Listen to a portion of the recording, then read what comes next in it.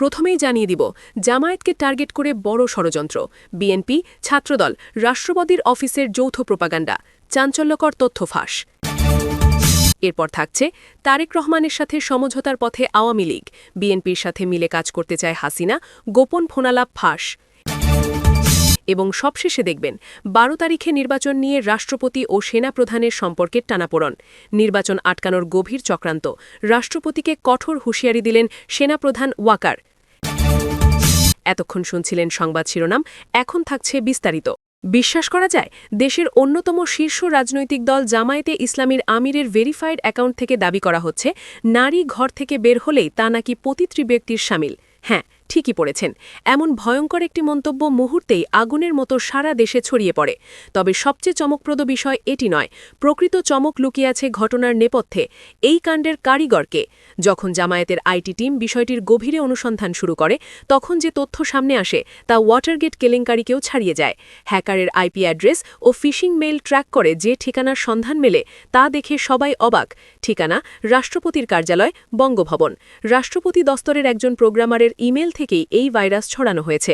এটি কি নিছুত কোনো সাইবার হামলা, নাকি নির্বাচনের আগে সুপরিকল্পিত রাজনৈতিক ষড়যন্ত্রের অংশ?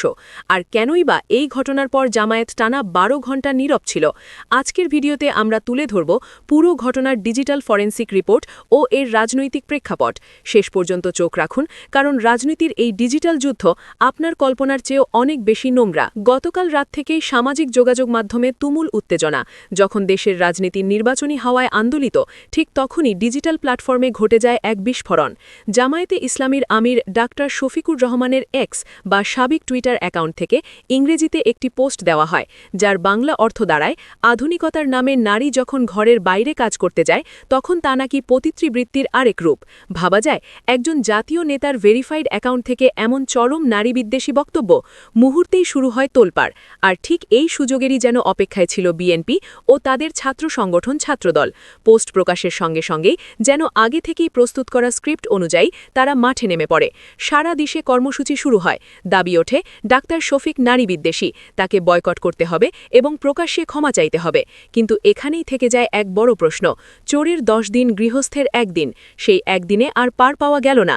ঘটনার ২৪ ঘণ্টার মধ্যেই জামায়াতের মিডিয়া বিভাগ জরুরি সংবাদ সম্মেলনের আয়োজন করে।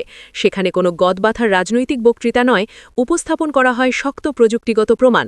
লাইভ প্রজেক্টরে জামায়াতের আইটি বিশেষজ্ঞরা দেখান কিভাবে আমিরে জামায়াতের অ্যাকাউন্টটি হ্যাক করা হয়েছিল, এবং এটি কোনো সাধারণ হ্যাকার বা ছিচকে চোরের কাজ নয়।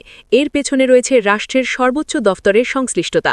সংবাদ সম্মেলনে জানানো হয়, ডাক্তার শফিকুর রহমানের ইমেইলে একটি ফিশিং লিঙ্ক পাঠানো হয়েছিল। শক্তিশালী ম্যালওয়্যার ব্যবহার করে দীর্ঘদিন ধরে প্রচেষ্টার পর অ্যাকাউন্টের নিয়ন্ত্রণ নেওয়া হয়। যারা দাবি করছিল এত দ্রুত রিকভারি অসম্ভব, আইটি টিম তাদের সামনে লাইভ ডেমো দিয়ে নিয়ন্ত্রণ পুনরুদ্ধারের প্রক্রিয়া দেখিয়ে দেয়। তবে সবচেয়ে ভয়ঙ্কর ও শকিং তথ্য হল এই হ্যাকের উৎস। জামায়াতের আইটি সেল প্রমাণসহ দেখায় ফিশিং মেইলটি পাঠানো হয়েছে রাষ্ট্রপতির কার্যালয় থেকেই। মহামান্য রাষ্ট্রপতি মোহাম্মদ শাহাবুদ্দিনের দপ্তরের অ্যাসিস্ট্যান্ট প্রোগ্রামার সারোয়ারের অফিসিয়াল মেইল অ্যাড্রেস ব্যবহার করে এই ম্যালওয়্যার পাঠানো হয়। শুধু তাই নয়, নতুন ডিভাইসে লগইনের সময় ব্যবহৃত আইপি অ্যাড্রেসও ট্রেস করা হয়েছে। অর্থাৎ এটি কোনো বিচ্ছিন্ন বা একক ঘটনা নয়, স্পষ্টতই একটি রাষ্ট্রীয় ষড়যন্ত্র। রাষ্ট্রপতির দপ্তরের মেইল ব্যবহার করে এমন জঘন্য সাইবার অপরাধ রাষ্ট্রের উচ্চ মহলের মদত ছাড়া অসম্ভব। এবার আসি ঘটনার টাইমিং বিশ্লেষণে। এখানেই আসল রহস্য।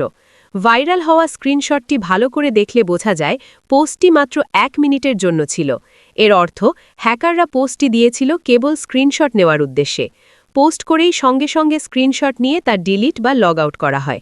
তারা ভেবেছিল ডিজিটাল ফুটপ্রিন্ট মুছে যাবে, কিন্তু আধুনিক প্রযুক্তির যুগে তা এত সহজ নয়। ১ মিনিটের মধ্যে পোস্ট, স্ক্রিনশট, ভাইরাল হওয়া এবং একই সঙ্গে ছাত্রদলের প্রতিবাদ কর্মসূচি সবই যেন এক সুতোয় গাঁথা। পুরো ঘটনাটি দেখে মনে হয় তারেক রহমানের নির্দেশনায় সাজানো এক নাটকের মঞ্চায়ন। কিন্তু প্রশ্ন হল, কেন? উত্তর খুব পরিষ্কার। মাঠের রাজনীতি, আন্তর্জাতিক অঙ্গন কিংবা জনমত, কোথাও বিএনপি বা বিরোধীরা সুবিধা করতে পারছে না। কুমিল্লা থেকে সাতক্ষীরা, খাগড়াছড়ি থেকে নোয়াখালী, সবখানেই জামায়াতের জনসমাবেশে মানুষের ঢল। এই জোয়ার দেখেই তারা অনলাইন স্যাবোটাজের পথ বেছে নিয়েছে। ডাক্তার শফিককে নারী বিদ্বেষী হিসেবে তুলে ধরাই ছিল তাদের লক্ষ্য। অথচ ইতিহাস সাক্ষী, যারা একসময় আমাদের মায়েদের হিজাব টেনে খুলেছে, পেটে লাথি মেরেছে, লগি বৈঠা দিয়ে মানুষ পিটিয়েছে, তারাই আজ সাধু সাজার চেষ্টা করছে। কিন্তু প্রযুক্তির সামনে তাদের এই ভণ্ডামি আজ উন্মোচিত। তবে এই ঘটনায় জামায়াতের জন্য বড় শিক্ষার বিষয় রয়েছে। যুদ্ধক্ষেত্রে শত্রুর তলোয়ারের চেয়ে কলম বা কিবোর্ড অনেক বেশি ধারালো। গতকালের ঘটনায় দুটি বিষয় স্পষ্ট হয়েছে। ১. জামায়াতের আইটি টিম অত্যন্ত দক্ষ, যা প্রশংসার যোগ্য। ২. তাদের রাজনৈতিক উইংয়ের মিডিয়া সেন্সের ঘাটতি ভয়াবহ। হ্যাকের পরপরই বিষয়টিকে জাতীয় ইস্যু বানানো উচিত ছিল, কিন্তু তারা টুইটারে দায়সারা একটি পোস্ট দিয়ে দায়িত্ব শেষ করেছে। সারা রাত নীরব থেকেছে। এই সময়েই প্রতিপক্ষ চরিত্র হনন সম্পন্ন করেছে। রাজনীতি মূলত পারসেপশনের খেলা। সত্য কি তা মুখ্য নয়, মানুষ কি বিশ্বাস করছে সেটাই আসল। পরিকল্পিতভাবে মিডিয়া ও তথাকথিত সেকুলার গোষ্ঠী জামায়াতকে নারী বিদ্বেষী হিসেবে ট্যাগ দিয়েছে, কারণ তারা জানে এবারের ভোটে নারীরাই বড় ফ্যাক্টর। আর জামায়াত এই অপবাদ খণ্ডনের সময় নিয়েছে 12 ঘণ্টা, যা ইমেজ ধ্বংসের জন্য যথেষ্ট। মিডিয়ার পক্ষপাতিত্ব এখানেই স্পষ্ট। ভুয়া পোস্টে ব্রেকিং নিউজ, আর প্রমাণ সামনে এলে নীরবতা। জামায়াতকে বুঝতে হবে, মেইনস্ট্রিম মিডিয়া তাদের বন্ধু নয়। শক্তিশালী নিজস্ব মিডিয়া সেল ও বিকল্প প্ল্যাটফর্ম ছাড়া তারা বারবার মিডিয়া ট্রায়ালের শিকার হবে। ক্ষমতায় যাওয়ার আগে এই দুর্বলতাগুলো দূর করা জরুরি। ভোটে জেতা কঠিন নয়, কিন্তু ক্ষমতায় টিকে থাকাই আসল লড়াই। সেই লড়াইয়ের নাম প্রোপাগ্যান্ডা ওয়ার। এখন জামায়াতের সামনে দুটি পথ। ১. মুরসি মডেল, সৎ কিন্তু প্রোপাগ্যান্ডায় হেরে যাওয়া। ২. এরদোয়ান মডেল, যিনি সরাসরি জনগণকে সম্পৃক্ত করে পাল্টা আঘাত হানেন। সিদ্ধান্ত এখন তাদেরই নিতে হবে, কোন পথে হাঁটবে তারা। আপনি কি মনে করেন, রাষ্ট্রপতির দফতর থেকে এমন হ্যাকিং কি গ্রহণযোগ্য? আপনার মতামত জানান মন্তব্যে। এমন বিশ্লেষণধর্মী কন্টেন্ট পেতে চ্যানেলটি সাবস্ক্রাইব করুন। জাতীয় নাগরিক পার্টির কার্যালয়ে হামলা, ভাঙচুর ও অবরুদ্ধ করার অভিযোগ উঠেছে। এ ঘটনায় এনসিপির এক কর্মী আহত হয়েছেন। প্রত্যক্ষদর্শী ও স্থানীয় সূত্রে জানা যায়, প্রায় 25-30 জন ব্যক্তি এনসিপির কার্যালয়ের সামনে পিকনিক করছিল।